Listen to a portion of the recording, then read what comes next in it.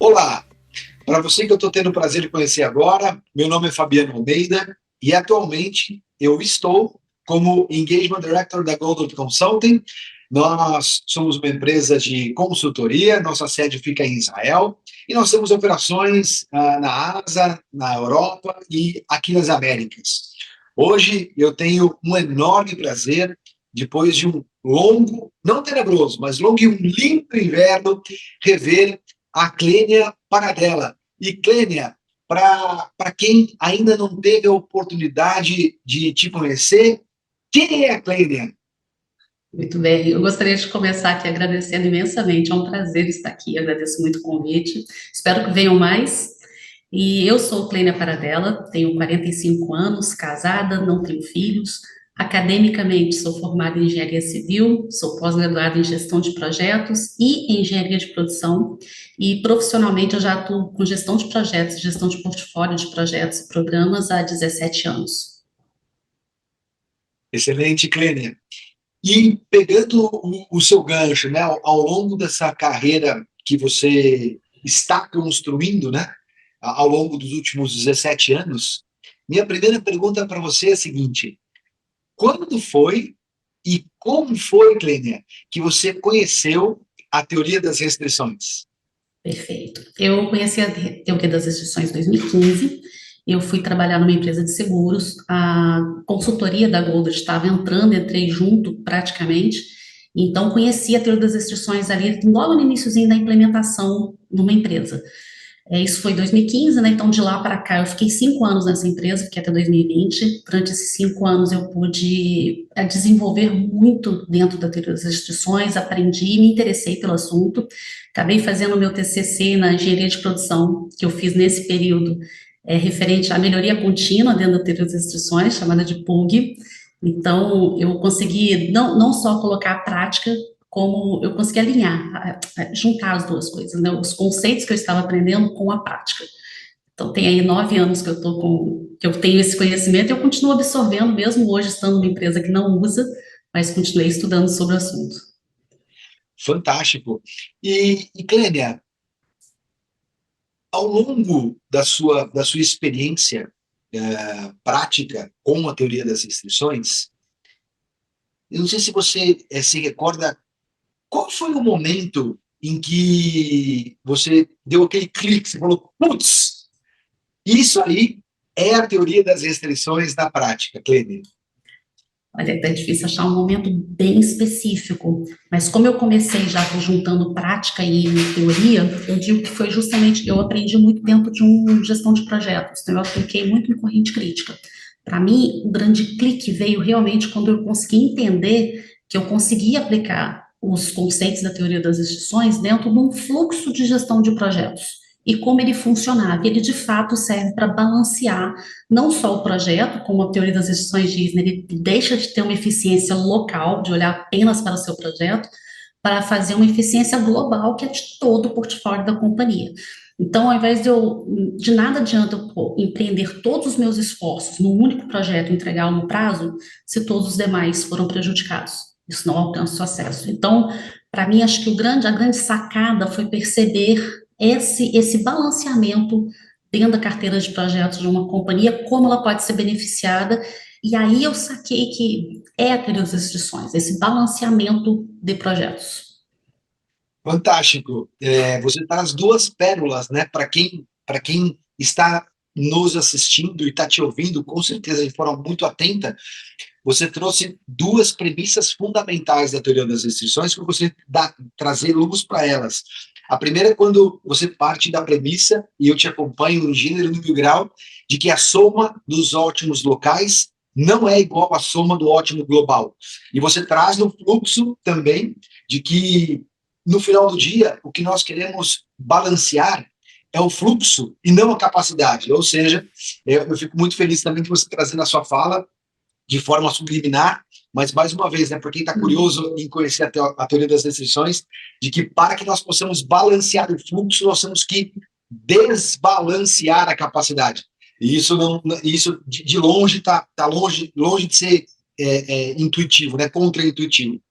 Então, virando a página, minha terceira pergunta para você é a seguinte: nem tudo são flores, né, Cleide? Então, ou seja, ao longo do caminho tem alguns obstáculos, alguns maiores, outros menores.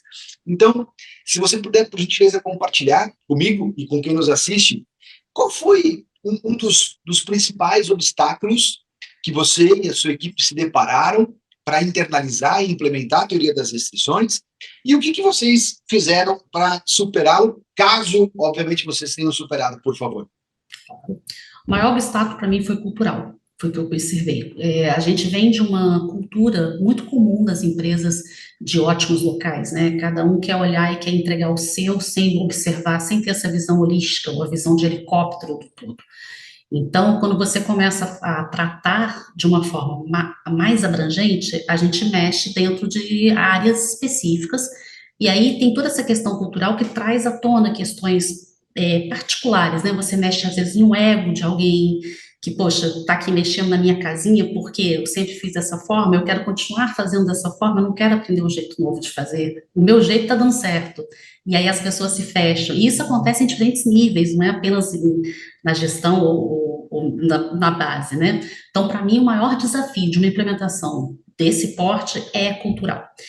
O desafio, como é que a gente enfrentou esse desafio? Primeiro que nós tínhamos um excelente patrocínio, que era o presidente da empresa como patrocinador do projeto. Isso é fundamental, você ter uma alta gestão apoiando esse tipo de transformação, porque senão você dá murro em ponta de faca, né? Você está ali enxugando o gelo e nunca sai do lugar.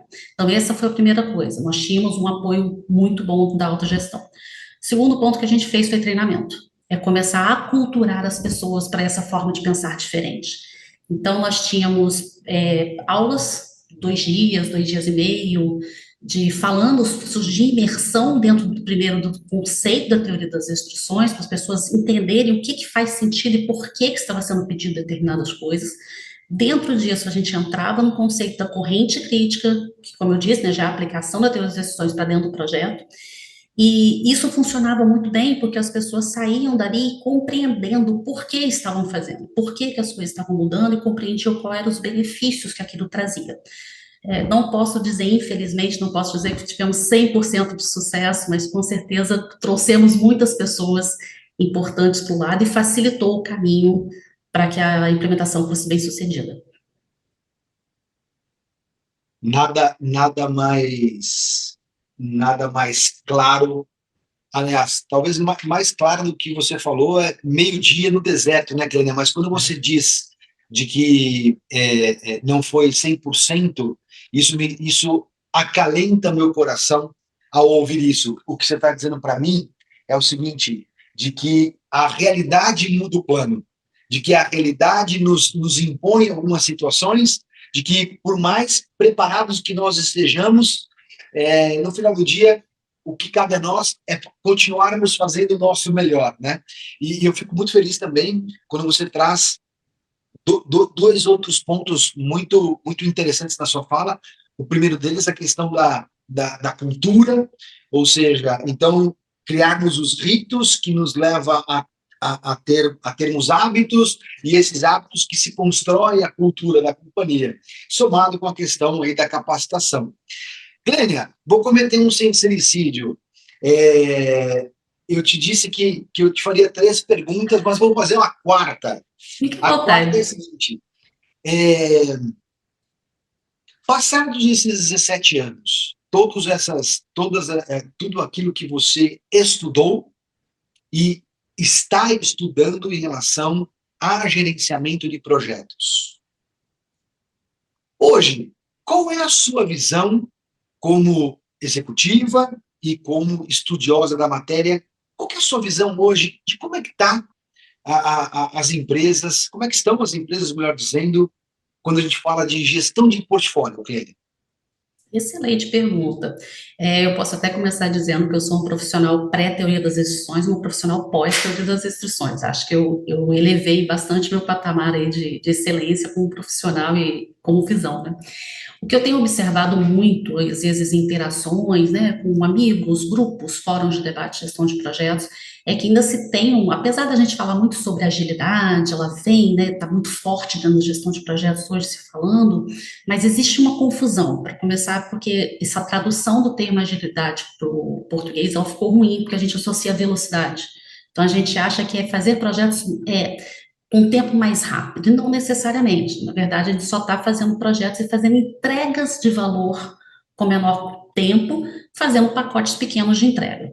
Então, essa é a primeira confusão que eu vejo por aí. E outra coisa que eu percebo é que as empresas ainda estão muito presas em conceitos muito antigos e às vezes se acompanham aquilo que está na moda. Então, um exemplo disso foi o Spotify, quando veio com uma ideia, né, de gestão diferente, os squads e tal, e várias empresas, vários profissionais pegaram aqui, não, agora eu quero ser como Spotify, eu quero ser como o Google, porque são grandes empresas. Só que não observam qual é a sua realidade, não olham para dentro de casa e observam, peraí, existe ali uma situação específica, tem um contexto, existe até cultura mesmo de país, tal, que talvez não se adeque aqui. Então, essa falta de adaptação ao que tem lá fora para trazer aqui para dentro, ou né, no mercado para trazer para dentro da empresa, eu acho que isso é prejudicial. Então, o que eu tenho observado, muitas empresas desistindo do gerenciamento de projetos, da gestão de portfólio, especialmente, achando que não tem ganho, porque são mal implementados. Então, o que, para mim, como eu disse, né, existe um pré-teoria das instruções e um pós-teoria das instruções, porque, e a gente estava batendo um papo aqui, né, antes de começar, para mim é surpreendente como que a teoria das instruções não é tão conhecida, porque nesse tempo todo que eu atuo com gestão, para mim é o paradigma de gestão que mais faz sentido, porque ele tem uma estrutura lógica por trás dele que o suporta. A gente não está falando apenas de comportamento, vamos fazer uma cerimônia, vamos fazer uma reunião, você tem que fazer um arquivo assim, um modelo assim de documento, ela não se limita a isso, ela vai além. Tanto é que, para mim, a teoria das instituições, ela começou a fazer parte da minha vida pessoal. Então, eu encaro muito ela como filosofia. Então, eu trouxe muito para mim esses conceitos, a forma de pensar muda. E quando a nossa forma de pensar muda, isso impacta no dia a dia dentro do trabalho, porque você está trazendo uma coisa que é sua para dentro do profissional. Afinal de contas, quando a gente passa na roleta, a gente não passa o crachá e muda de nome, né? A gente continua sendo a mesma pessoa. Então, o que eu vejo muito é isso. As empresas hoje estão muito presas em conceitos que estão muito difundidos, mas que não necessariamente estão trazendo os melhores resultados. E um pouco fechadas para outros conceitos, né, que parecem novos, que a teoria das instituições não é nova, mas é nova no sentido de abrangência, de pegar as empresas, outras, né, de ser bem disseminada, e aí as empresas se fecham e ficam fazendo sempre a mesma coisa. Fantástico. Eu amo analogias e eu amei e vou tomar emprestado para mim a sua analogia. Quando nós passamos o nosso crachá na catraca, nós não mudamos de nome. Amei essa analogia. Amei, amei, amei. Vou usar mais do que você imagina. Excelente, Kleiner. Eu realmente, para mim, é uma honra poder falar com você, poder aprender com você. Você gentilmente cedeu para mim o que de mais precioso você tem, que é o seu tempo. Então, muito obrigado. E para você que nos ouviu até agora, obrigado também pelo seu tempo. Nos acompanhe nas nossas redes sociais. Esse bate-papo aqui com a Clélia estará disponível tanto nos nossos canais no Spotify, no YouTube e, por óbvio, no LinkedIn. Nos encontramos por aí. Beba sempre água limpa da fonte. Foco, disciplina e até mais. Obrigado, Clélia.